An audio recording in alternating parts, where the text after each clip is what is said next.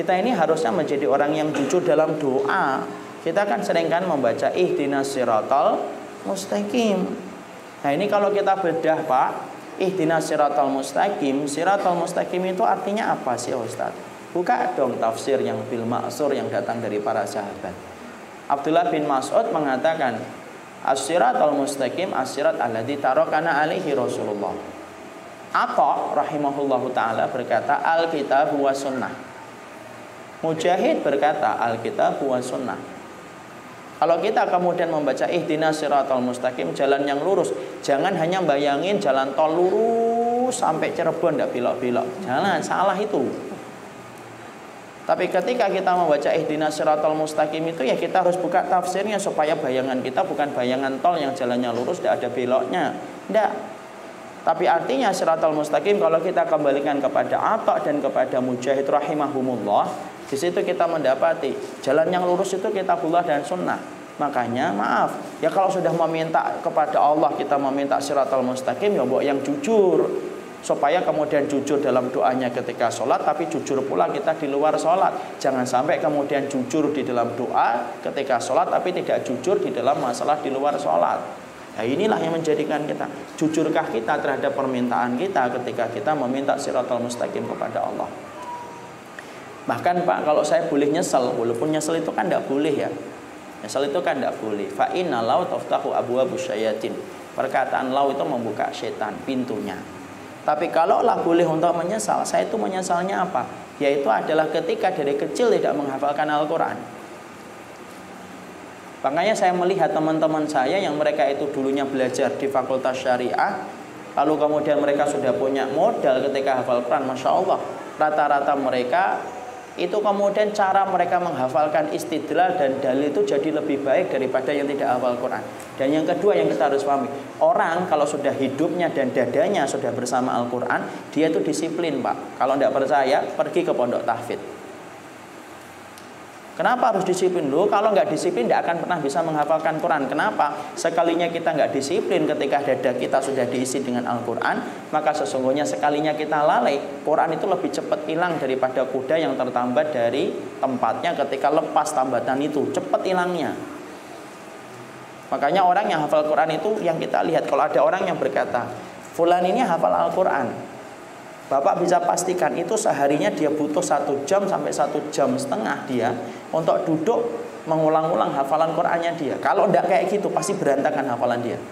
Pastikan omongan saya, demi Allah itu. Tanya sama orang-orang yang hafal Quran.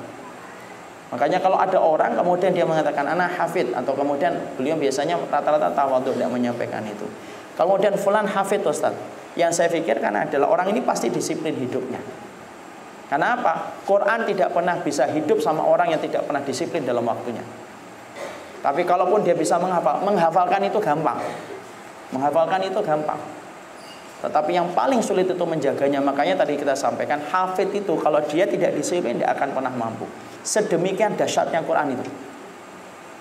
Dan Quran sampai apa? Tidak bisa digabungkan dengan kemaksiatan. Itu pun tidak bisa kan? Makanya betul sampai kemuliaan itu bersama Al-Quran. Makanya kalau kita membuka di awal-awal surat Al-Baqarah, perhatikan Imam Ibnu Katsir itu sampai ngomong bahwasanya dalam riwayat, bukan ngomong, beliau menyebutkan riwayat-riwayat Rasulullah itu kalau menilai seseorang itu berdasarkan kepada Qurannya dulu.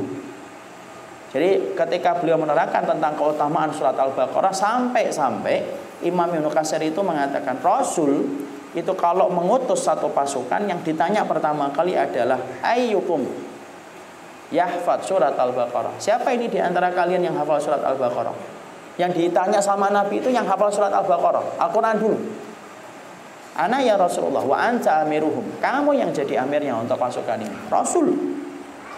Indikatornya beliau itu kemudian apa? Dengan Al-Quran dulu. Bahkan sampai matinya seseorang pun indikatornya dihitung oleh Nabi dengan Al-Quran. Coba. Makanya kalau bapak ini adalah anak-anak saya pasti wajibkan untuk menghafalkan surat Al-Baqarah. Cuma masalahnya kan bukan anak saya ya. Sampai ketika mati pun kemudian Rasulullah pun kemudian indikatornya pun dengan Quran.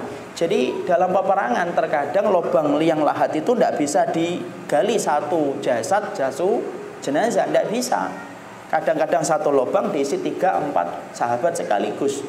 Tapi perhatikan, Rasulullah kemudian ketika akan nguburkan, Rasulullah nanya dulu, ayyuhum yahfaz surat Al-Baqarah? Ini yang hafal surat Al-Baqarah yang mana?